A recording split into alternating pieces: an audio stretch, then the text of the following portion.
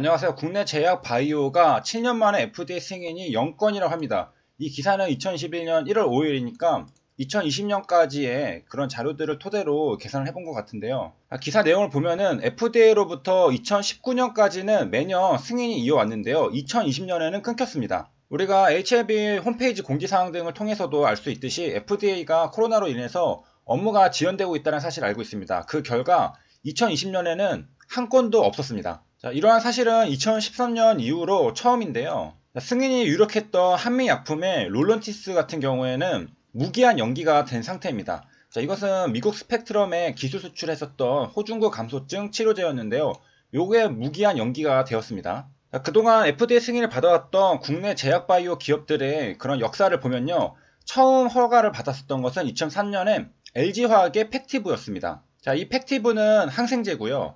그 다음에 이어서 4년 뒤에 LG화학에서 또 벨트로핀도 허가를 받았었는데요. 자, 그 다음에 6년 동안 또 없었죠. 그리고 2013년에 한미약품이 에소메저를 허가받게 되는데 이거 같은 경우는 항궤양제입니다. 자, 그래서 2013년부터는 매년 FDA 허가를 받아왔죠. 14, 15, 16, 17, 18, 19까지 받았는데 2020년에는 요 승인이 끊겼다는 겁니다. 자, 이유는 그 질병 때문에 그렇다는 것이고요. 일정이 재조정되고 해외에 노바티스 같은 경우에는 돈을 썼음에도 실사가 진행되지 않아서 연기가 됐었죠. 자, 2021년에는 환경이 달라지고 있습니다. 자, 1월 10일자 기사인데요. 화이자 백신이 영국, 남아공, 변이도 물리쳤다라는 게 나왔습니다. 백신 접종자의 항체가 공통 도료 변이체를 무력화했다라는 기사가 나왔습니다. 자, 그러니까 이러한 추세가 된다면 2021년에는 우리가 어느 정도 코로나를 이제 극복한 상황에 도달한다는 것을 확인할 수 있겠고요. 그렇다 보면은 이제 여러 가지 업무들이 지연됐던 것들이 정상화될 가능성이 높겠습니다. 자, 그리고 이제 백신을 비롯해서 이번 시간에 우리가 총 3가지의 환경 변화를 보려고 하는데요.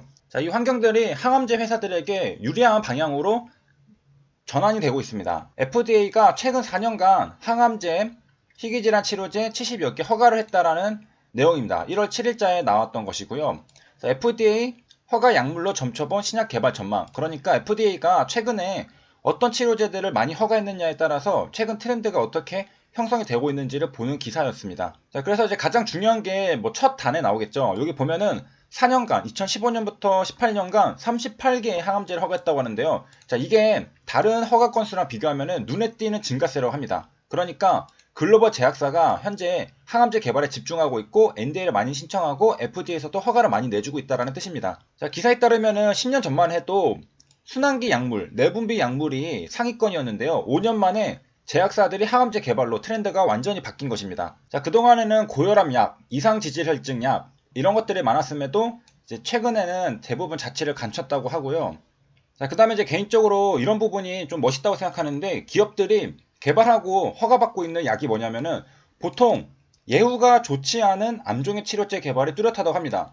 그러니까 환자들에게 그렇게 치명적이지 않은 것에 대한 약을 개발하는 게 아니라 환자들에게 굉장히 생명을 위협할 수도 있는 그리고 굉장히 고생하게 되는 그러한 치료제 개발들을 많이 하고 있다는 것입니다. 그러니까 한마디로 굉장히 어려운 과제에 도전을 하고 그러한 도전을 또 성공해서 허가를 받고 그런 트렌드가 형성되고 있다고 합니다. 한마디로 신약 개발 회사들이 굉장히 어려워 보이는 시장에 뛰어들어서 임상을 성공시키고 허가를 받고 있다는 사실입니다. 그래서 이제 4년간 가장 허가를 많이 받은 적응증이 뭐냐면은 혈액암이라고 하는데 자, 이것은 과거에 이제 희귀암으로 분류가 됐는데요. 아무래도 의료가 발전하다 보니까 오래 살게 되죠. 그래서 고령층이 많아지면서 또 발생률도 높아져가지고 이제 후천적 성격의 암으로 분류되고 있는데 치료제가 많지 않았다고 합니다. 자, 그런데 이런 치료제들을 많이 개발해가지고 지금 4년간 허가된 38개 중에서 14개가 혈액암이라고 하는데 이게 비율이 37%입니다. 그러니까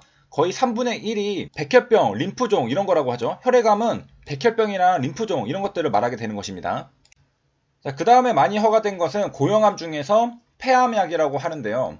지난 4년간 6개가 허가됐다고 합니다. 그리고 여기 이제 그 면역항암제랑 표적항암제가 생존율을 끌어올리고 있다고 하죠. 자, 그래서 이제 표로 돌아와서 한번 정리를 해보자면요. 지난 4년간, 2015년부터 18년간 FDA가 허가한 약물들을 보니까 항암제가 22%입니다. 대략 4분의 1 정도가 항암제, 4개 중에 하나가 항암제였다라는 뜻이고요. 자, 그 다음에 이 항암제 같은 경우에는 38개였는데 이 중에서 36%가 혈액암, 백혈병 같은 것을 치료하는 약이라는 것이고요. 자, 요게 2019년 1월 3일 기사였습니다. 자, 2021년 1월 5일자 기사를 또 보도록 하겠습니다. 무게추 옮기는 신약 개발, FDA가 항암, 희귀질환에 초점을 맞추고 있다라는 기사가 나오고 있는데요. 자, FDA가 최근 5년간 220개 신약을 허가했다고 합니다. 그 다음에 우리가 앞선 자료는 2015년부터 2018년까지만 본 거였는데, 자, 2019년 자료를 요 기사를 통해서 채워 넣을 수가 있습니다. 그래서 2019년에 보니까 합성의약품 및 생물의약품 신약이 48개가 허가 관문을 통과했다고 합니다. 자, 어떤 것들이 통과됐는지를 보면은 이 48개 중에 항암제나 희귀질환 치료제가 총 31개라고 합니다. 그러니까 전체 중에 65%가 항암제나 희귀질환 치료제라는 것이죠. 그러니까 비율이 굉장히 높은 것을 알 수가 있는데요. 우리가 아까 2018년도까지 점유율을 보면은 항암제나 희귀질환 치료제 합치면은 44%죠. 그런데 2019년이 되니까 64%, 절반이 넘어가는 3분의 2가 된 것을 확인할 수가 있겠습니다.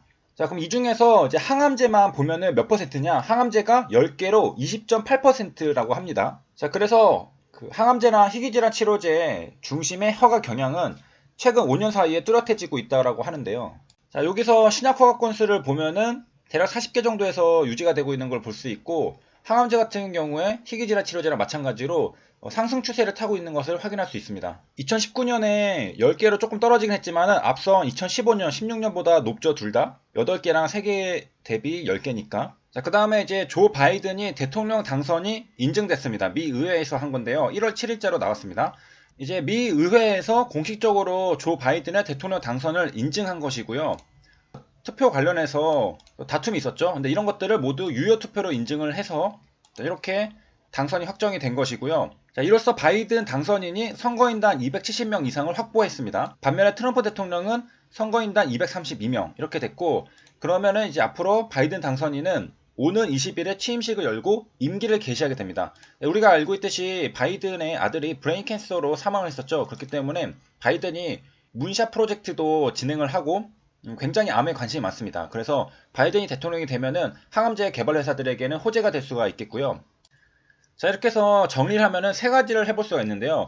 2020년에는 국내 제약바이오에서 FDA 승인을 받은 게 없습니다. 왜냐하면은 코로나로 인해서 지연이 많이 됐기 때문에 뒤로 밀려 있다라고 우리가 판단할 수 있고, 그러면 2021년에는 더 많아지겠죠. 2020년에 허가를 받으려고 했었던 것들이 지연이 됐었으니까. 그 다음에 최근에 FDA의 승인 트렌드를 보면은 항암제나 희귀 질환에 굉장히 초점을 많이 맞추고 있습니다.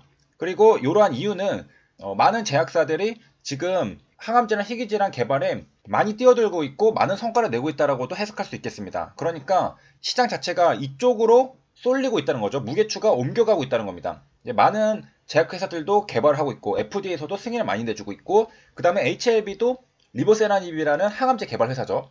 그래서 시장 환경이 이렇게 바뀌고 있다. 그 다음에 세 번째는 항암제에 굉장히 긍정적인 그리고 개인적인 사연도 가지고 있는 바이든이 이제 곧 대통령이 됩니다. 그렇다면은 이제 드라이브를 걸겠죠. 예전에 오바마 대통령, 오바마 행정부 시절에 문샷 프로젝트라는 것을 주도적으로 진행했었던 조 바이든인 만큼 이어서 또 이어갈 것이라고 우리가 또 기대를 해볼 수가 있는 부분이 있습니다. 그래서 세 가지를 이제 봤는데 2020년에는 허가를 받지 못했던 것이 2021년으로 이제 쏠리게 된다. 그리고 FDA에서 항암제나 희귀질환에 많이 승인을 내주고 있다. 그 다음에 항암제에 긍정적인 뜻이 있는 조 바이든이 대통령이 되었다는 사실까지 살펴봤습니다. 자, 그래서 여기까지 시청해주셔서 감사합니다.